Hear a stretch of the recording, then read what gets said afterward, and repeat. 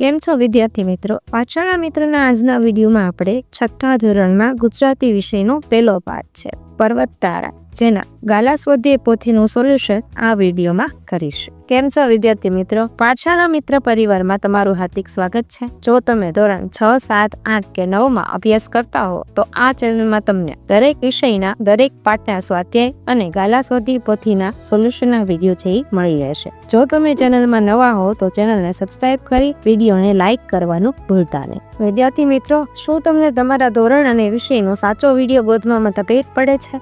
તમારી સરળતા માટે આપણી ચેનલ પર દરેક ધોરણ અને વિષયના અલગ અલગ કોર્સ બનાવી દીધા છે. તમારો સાચો વિડીયો જોવા માટે બસ એટલું કરો. સૌથી પહેલા પાઠશાળા મિત્ર ચેનલના નામ પર ક્લિક કરી હોમ પેજ પર જાઓ.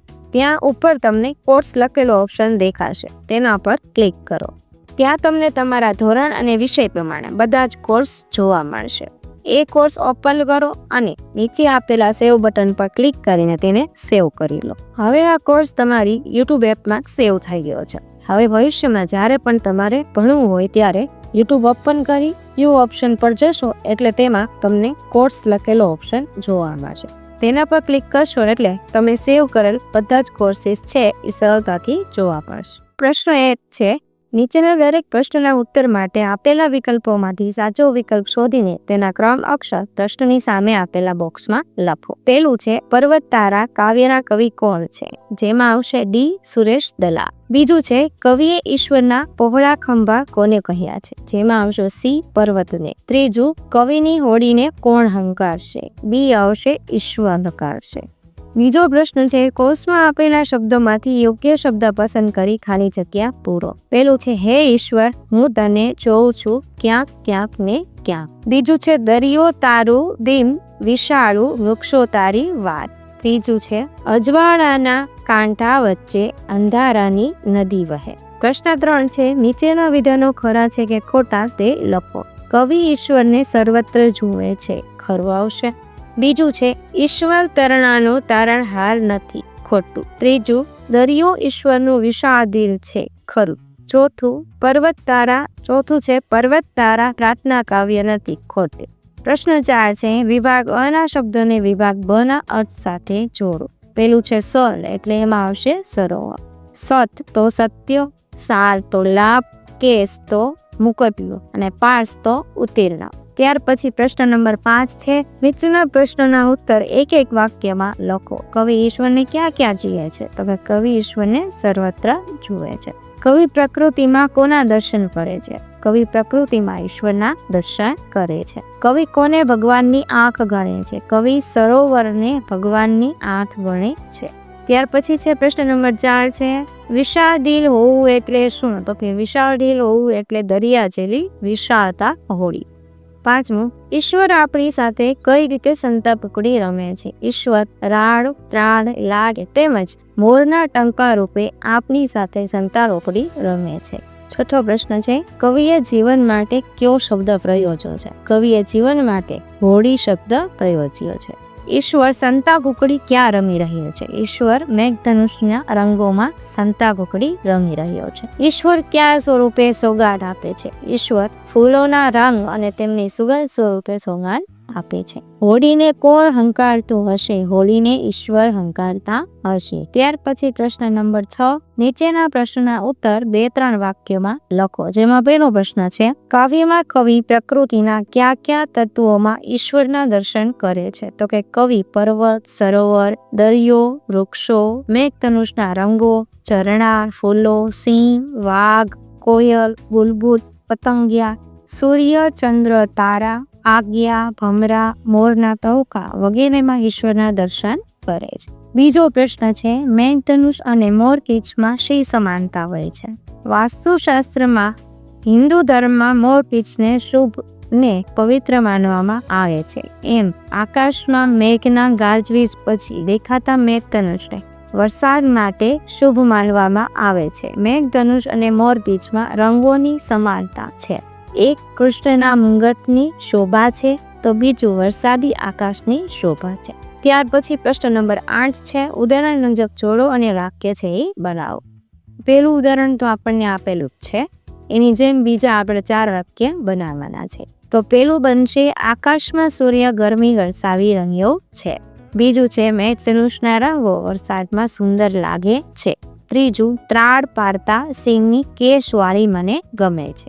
ચોથું છે નદી કાંઠે પાણીનો પ્રવાહ ધસમસે છે. પ્રશ્ન 9 છે નજીકનો અર્થ શોધી ખરાની નિશાની કરો. પેલું છે ફૂલની રંગ સુગંધે તારી છે સોગા. એમાં આવશે બ ફૂલોની સુવાસ અને રંગ એ કુદરતી ભેટ છે. બીજો પ્રશ્ન છે તું તરણાનો તારણહારો ઝરણાનો તું નાદ.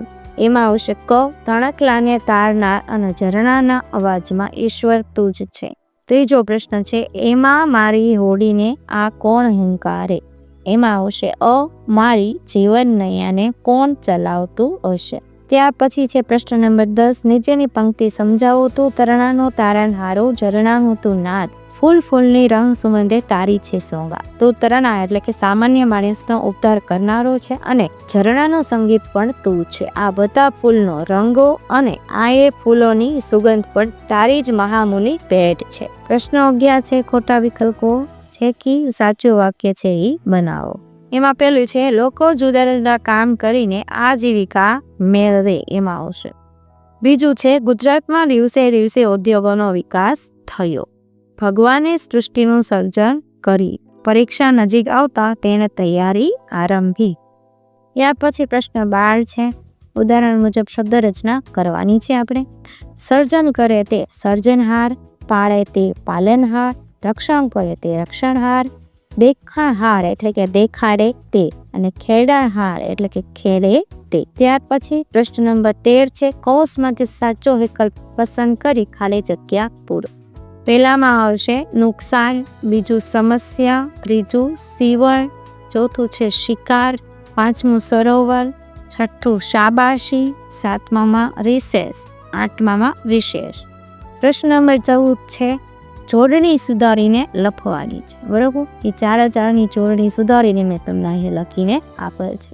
ત્યાર પછી પ્રશ્ન નંબર 15 છે બે સમાનાર્થી શબ્દો લખો. તો આંખ એટલે કે નેત્ર, નયન, ઈશ્વર તો ભગવાન, ઈશ, દરિયો તો સમુદ્ર, જલતી, વૃક્ષ, ઝાડ, તર, નાદ, અવાજ, ધ્વનિ, ફૂલ એટલે કે પુષ્પ, સુમન, પર્વત, પહાડ, ગીરી, આભ તો આકાશ અને નભ, અને સૂર્ય તો રવિ, ભાનુ. ત્યાર પછી છે વિરુદ્ધાર્થી શબ્દ લખો. પહોળું તો થશે સાંકડું, લાડ તો ધિક્કાર, સુગંધ તો દુર્ગંધ, અંધારું તો અંજવાળું. ત્યાર પછી છે પ્રશ્ન નંબર 17 ઉદાહરણ પ્રમાણે કાવ્યમાંના પ્રાસની શબ્દ જોડી બનાવો. ઉદાહરણ છે વાત તો ધડિયાત, પછી આપણે જોઈએ તો નાદ એટલે કે સોગંધ, બીજું છે તમરા પણ આવશે ભમરા, ત્રીજું સૂર તો દૂર, વહે તો કહે. ત્યાર પછી છે પ્રશ્ન નંબર 18 છે નીચેના રૂઢિપ્રયોગનો અર્થ આપી વાક્યમાં પ્રયોગ છે એ કરવાનો. પેલું છે વિષાદિલ્લા હોવું એટલે કે ઉદાર હોવું.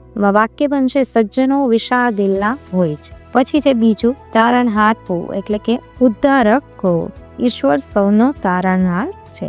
પ્રશ્ન નંબર 19 છે નીચેના શબ્દોને શબ્દકોશના ક્રમમાં ગોઠવો. એમાં જવાબમાં આવશે પેલું ત્રાડ, પર્વત, વૃક્ષો, સિંહ અને શણગાર. ત્યાર પછી પ્રવૃત્તિઓ આપેલી છે. આપેલા શબ્દોને લાગુ પડતા શબ્દો ઉદાહરણ મુજબ છે લખવાના. વૃક્ષ છે તો પાંદડા, ડાળી, લાકડું, ફળો, ફૂલો, છાંયો, પ્રાણવાયુ, પંખી. પછી છે પર્વત એટલે કે વૃક્ષ, પથ્થર, માટી, પક્ષીઓ, પ્રાણીઓ, જીવજંતુઓ. ત્રીજું આકાશ છે એમાં આવશે વાદળ, સૂર્ય, ચંદ્ર, તારા, મેઘધનુષ. ચોથું છે નદી, પાણી, માછલી, હોડી, છીપલા. પ્રશ્ન 5 છે ઉદાહરણ મુજબ શબ્દ જોડી બનાવીને લખો. ચશ્મા તો આંખ થશે તો પતંગ તો દોરી, કપડા તો સિલાઈ, કાગળ તો પત્ર, હોડી તો દરિયો, વૃક્ષ એટલે કે ફળ. હવે પ્રશ્ન નંબર 6 નીચેનું પ્રાર્થના ગીત ગાઓ અને એના પ્રશ્નના ઉત્તર લખો. જેમાં પહેલો પ્રશ્ન છે આપણને ઈશ્વરનો સાથ ક્યારે ક્યારે સાંપડે છે. આપણને ઈશ્વરનો સાથ હરતા ફરતા, ઊંઘમાં, રાત્રિ અને દિવસે તેમજ સાંજ સવારે સાંપડે છે.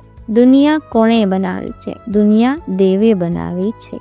કવિ કોને રક્ષણહાર કહે છે. કવિ પરમાત્માને રક્ષણહાર કહે